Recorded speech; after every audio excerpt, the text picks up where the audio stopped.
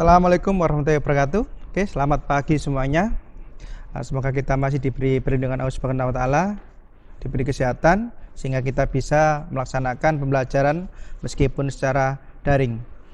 Sebelumnya silakan isi absen sesuai dengan kelasnya masing-masing. Dan marilah kita mulai pembelajaran yang pembahasannya adalah tentang batik ya.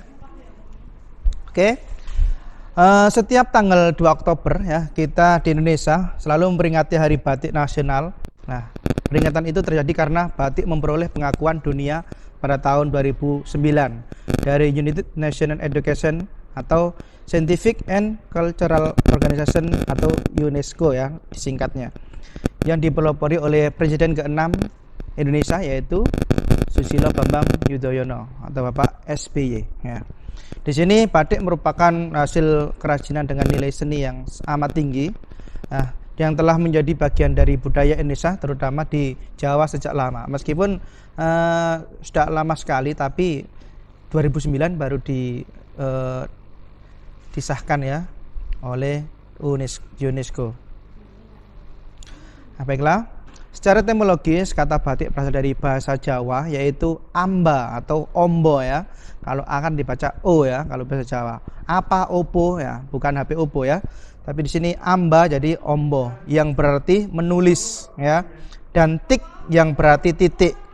Berarti ada amba yang berarti menulis dan tik berarti titik.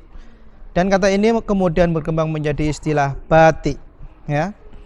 Istilah tersebut menggambarkan cara membuat titik dengan lilin yang menetes pada kain. Nah, batik ini dikaitkan dengan teknik atau proses dari awal pembuatan motif hingga warna yang akan dicelupkan.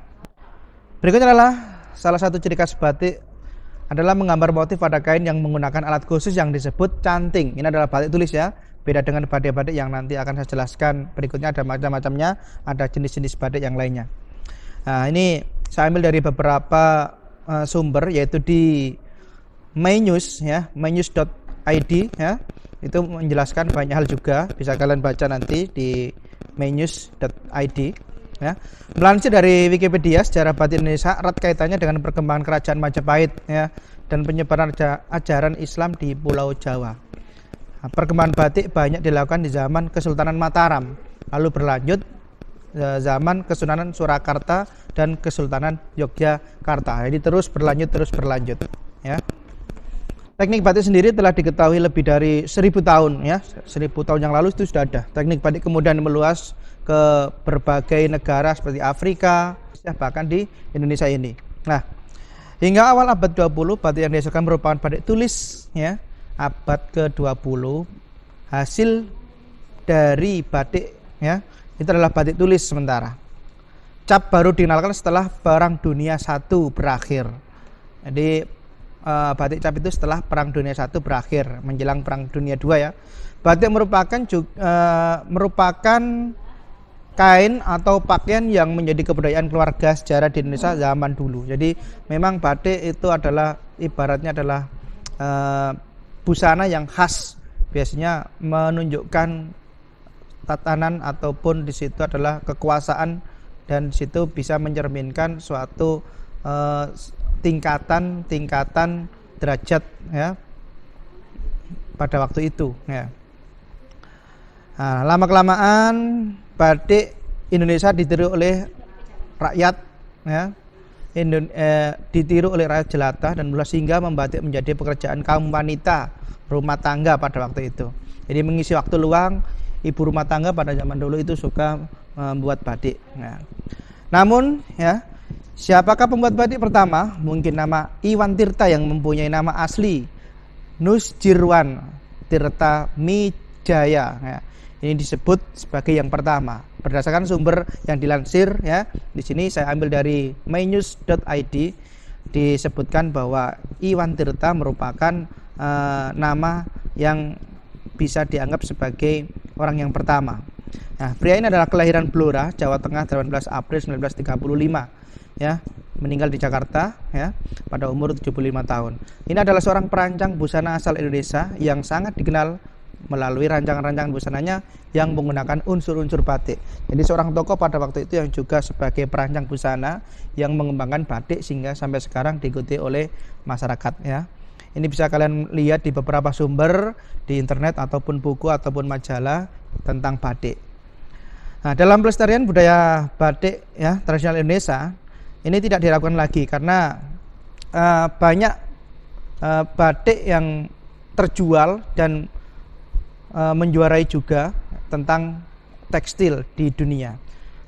Jadi berhasil menjual batik khas Indonesia hingga ke mancanegara, meskipun pendidikan formalnya adalah School of Oriental ya, dan banyak lagi yang lainnya, justru menemukan dunianya sebagai desainer yang cinta batik. Jadi seorang Iwan Tirta. Beliaunya itu sekolah di School of Oriental and African Student di London ya, University, dan Master of Law dari Yale University Amerika Serikat. Tapi beliau malah mendalami tentang batik. Berikutnya adalah sedikit tentang Iwan Tirta juga. Iwan Tirta mulai bersentuhan dengan batik pada tahun berapa? Yaitu pada tahun 1960-an. Saat itu dia sedang bersekolah di USA atau Amerika. Nah, di sana dia sering mendapat pertanyaan tentang bagaimana budaya Indonesia. Nah, lebih jauh budaya negerinya sendiri. Ya. Hal itu membuat dirinya ingin mengenal lebih jauh budaya negerinya sendiri. Nah, belajar pun dilakukannya dengan serius, ya, mudah sekaligus mendalami budaya tanah air. Semakin mendalami, akhirnya beliau mendapatkan sesuatu yang mungkin sebagai ilmu baru yang bisa dikembangkan dan bisa dinikmati sampai sekarang ini. Iwan memutuskan mendalami batik dan bertekad mendokumentasikan, melestarikan batik. Ya, hasil penelitiannya ia simpulkan dalam bukunya yang pertama, Batik, ya, Pattern and Motif pada tahun 1966. Nah, ini sedikit perkembangan sejarah dari batik. Ya. Yang benar-benar batik itu adalah batik tulis ya. Ingat, makanya batik tulis itu lebih mahal. Kalau ada batik yang lainnya itu adalah pengembangan dari batik itu sendiri. Yang benar diakui adalah batik tulis. Ada beberapa tokoh juga berpendapat yang mungkin hampir sama, cuman ada sedikit perbedaan. Seperti halnya di pengertian batik. Di sini banyak yang mengartikan adalah kain yang dilukis dengan cairan lilin atau malam menggunakan alat bernama canting, ya, sehingga di atas kain tersebut terdapat lukisan bernilai tinggi. Ini ada beberapa pendapat seperti itu. Jadi melukis dengan lilin, dengan canting di atas kain. Nah, ada juga yang beranggapan bahwa batik adalah kain bergambar yang dibuat khusus dengan cara melukiskan lilin pada kain mori atau kain tenun berwarna putih. Ya, jadi kain yang digunakan kebanyakan jenis kain mori ya, berwarna putih. Ya, bukan jeans, nggak ada jenis batik ya. Jadi kain mori kebanyakan yang asli itu ya. Jadi kemudian kain tersebut diolah melalui proses tertentu sehingga menjadi pakaian yang bernilai guna tinggi. Oke. Beberapa pengertian batik menurut para ahli, ada Sentosa Dola, ada Afif Sakur. Mereka mempunyai pengertian yang berbeda-beda. Silakan dilihat di slide ini, ada beberapa pengertian yang berbeda-beda, bisa dibaca, tetapi intinya sama di situ. Yang nomor 3 ada Iwan Tirta yang sudah saya jelaskan tadi. Menurut Iwan Tirta sendiri, pengertian batik adalah suatu teknik menghias kain atau tekstil dengan menggunakan lilin dalam proses pencelupan warna, di mana semua proses tersebut dilakukan dengan menggunakan tangan. Jadi tidak menggunakan mesin atau alat yang canggih ya, semua menggunakan tangan. Nah, kenapa suatu karya itu bisa dikatakan batik? Maka di situ ada ciri-ciri batik. Nah, jadi pasti di situ mempunyai karakter. Biasanya batik itu terpengaruh oleh daerah. Jadi ada batik kedaerahan yang sudah saya jelaskan kapan hari ya, berasal dari pola sederhana, ada motif, ragam hias hingga akhirnya menjadi sebuah batik. Nah, baiklah kita lanjutkan ke ciri-ciri batik. 1, ada batik tradisional. Di sini batik tradisional bisa dilihat di slide ya, memiliki corak dengan makna simbolik ya. Dan sampai seterusnya itu ya, ada sampai umumnya motif batik memiliki ciri khas ke daerahnya atau daerah asalnya. Itu adalah batik tradisional.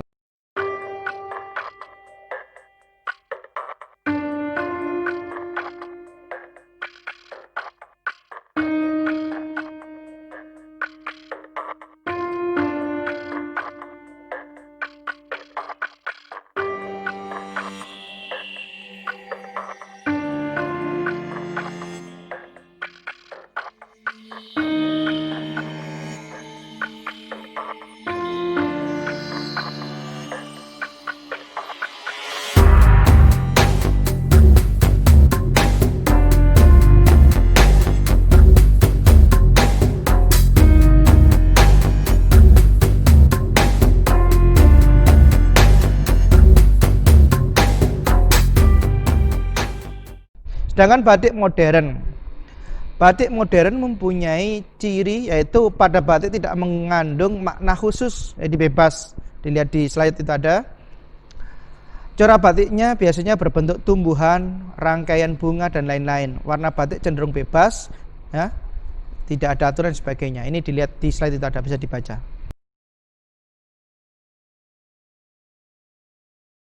Nah, sekarang pada jenis-jenis batik. Ya, saya biar tidak panjang lebar ya. Jenis batik sesuai dengan penjelasan mengenai pengertian batik, ada banyak jenis-jenis batik, tapi kita singgung ada beberapa saja.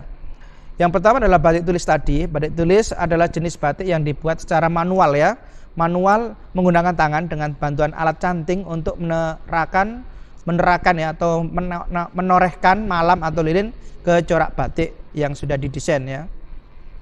Jadi menggunakan tangan, jadi manual ya, itu adalah batik tulis. Untuk proses pembuatan batik tulis nanti saya akan jelaskan secara rincinya di pertemuan berikutnya dengan di video yang lainnya. Berikutnya adalah batik cap. Batik cap adalah batik yang dibuat dengan semacam stempel motif batik. Jadi kalau cantingan langsung manual gini ya, tapi kalau cap tinggal seperti stempel, blek blek blek langsung memunculkan motif yang sudah didesain dari awal. Jadi lebih cepat di sini. Jadi kuantitasnya lebih besar, bisa menghasilkan lebih besar karena plek stempel seperti stempel. Jadi setiap stempel itu ada motifnya sehingga tidak perlu mencanting lama ya. Setiap pinggiran stempel di batik cap tadi selalu menghubungkan dengan batik di sampingnya. Jadi nyambung meskipun plek gini pasti nyambung di situ. Nah, itu cirinya dari batik cap. Nah, jadi stempel atau cap tersebut terbuat dari tembaga yang fungsinya menggantikan canting ya, sehingga dapat mempersingkat waktu pembuatan batik memang. Nah, di batik cap ini dihasilkan melalui proses pencelupan semacam alat yang sudah dibentuk sedemikian rupa. Stempelnya tadi ya. Namun motif batik cap dinilai kurang memiliki seni karena motifnya yang sama persis. Ya, memang di sini ya. Kalau batik tulis itu dari bagian kanan kiri atas bawah atau bagian yang lainnya itu selalu berbeda. Tetapi kalau batik cap itu sama semua. Ini yang mungkin dirasa nilainya kurang ya. Jadi lebih bernilai batik tulis yang memang benar-benar batik di situ. Pilihan nomor 3 adalah kombinasi cap dan tulis.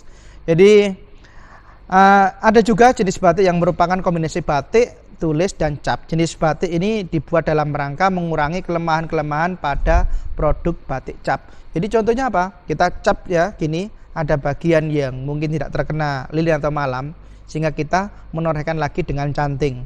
Jadi namanya adalah kombinasi cap dan tulis. Karena tidak semua itu ketika dicap gini itu lilinnya bisa rata mengenai semuanya. Pasti ada kendala di situ. Nah, itu adalah disebut kombinasi cap dan tulis. Dalam proses pembuatan batik kombinasi ini perlu persiapan yang rumit juga. Nah, selain untuk mengevaluasi yang salah-salah tadi, ternyata juga bisa dibuat untuk semacam combine atau kombinasi, terutama dari penggabungan motif yang ditulis dan motif catnya. Nah, namun untuk nilai seni produknya disamakan dengan batik cap, jadi sama dengan nilainya batik cap, tidak sama dengan batik tulis. Berikutnya adalah nomor 4, batik printing. Batik printing atau yang disebut juga dengan batik sablon ya. Dalam proses pembuatan jenis batik ini mirip dengan penyablonan dalam pembuatan batik printing menggunakan alat offset atau sablon ya. Biasanya gini, Offset itu adalah alat cetak yang digunakan untuk koran ya, yang langsung sekali putar dalam hitungan menit itu sudah ratusan lembar koran itu ya. Ini hampir sama. Offset itu adalah apa? Pertemuan antara dua roll, yang mana roll tersebut sudah ada lempengan lempengan tembaga yang sudah disesuaikan ya. Jadi lempengan tembaga tadi itu ada cekung cembungnya yang sesuai dengan motifnya, sehingga bagian yang cekung, kalau offset bagian cekung ya, bagian yang cekung itu akan menyimpan tinta itu tadi untuk ditorehkan atau dipindah pada media kainnya. Jadi dua roll, aslinya banyak beberapa roll, tapi yang intinya adalah pertemuan antara roll yang mana dilewati oleh kain atau media, bisa kain ataupun kertas. Ya gini, rollnya ini ada cetakannya, sekali puter langsung ada motifnya. Nah, ini itu adalah offset. Nah, beda dengan sablon. Sablon itu melalui screen yang berlubang atau kain yang berlubang. Jadi lubangnya itu sesuai dengan motifnya. Ketika dikasih cat, maka akan sesuai dengan motif yang ada di screen. Itu sablon. Saya ingatkan lagi bahwa batik printing selain menggunakan offset ataupun sablon, juga menggunakan alat printing yang disebut DTG ya. DTG adalah sebuah print yang khusus untuk kain ya. Biasanya menggunakan tinta sublim. Jadi tinta sublim ini adalah tinta yang akan kalau kering itu seperti karet, sehingga nempel pada media kain. Nah, itu adalah beberapa jenis batik ya. Yang terakhir adalah batik ikat celup ya. Jadi nomor 5 adalah batik ikat celup. Setelah diikat terus dicelup ya. Diikat di sini adalah ketika kain itu mau diwarnai, sebelumnya telah diikat, entah itu dikasih batu, kelereng ataupun yang lainnya, sehingga ketika kain tersebut diikat itu pewarnaannya itu tidak bisa menjangkau pada pori-pori kain ya. Sama halnya dengan fungsi lilin ataupun malam pada batik tulis.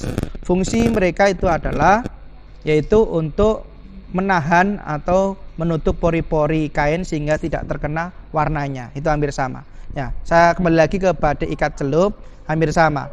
Ketika bagian kain itu diikat dengan ada beberapa benda yang di dalamnya itu ikut diikat, maka akan menghalangi pewarnaan tersebut sehingga menghasilkan pola-pola yang mungkin bisa dikatakan artistik secara tidak sengaja. Itu adalah batik ikat celup.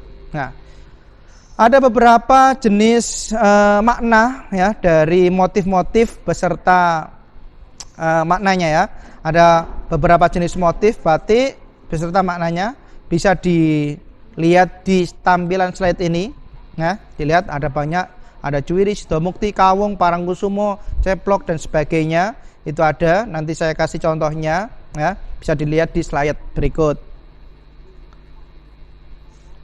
Oke, baiklah, kesimpulannya batik adalah merupakan karya khas dari Indonesia yang mana tentang seni tekstil ya, di kriya tekstil ya, di kerajinan tekstil, aslinya seperti itu. Nah, kesimpulannya batik itu adalah batik tulis itu sendiri ya. Jadi fungsi lilin itu adalah menutupi pori-pori kain sehingga tidak bisa dilalui pewarna ya. Ada beberapa macamnya unsur-unsur yang ada di batik tulis, nanti saya jelaskan di video berikutnya. Itu saja pembelajaran pada saat ini. Apa yang saya sampaikan, mungkin kalau ada yang kurang jelas bisa ditanyakan di kolom komentar ya. Mungkin dari saya itu saja, cukup sekian, terima kasih. Assalamualaikum warahmatullahi wabarakatuh.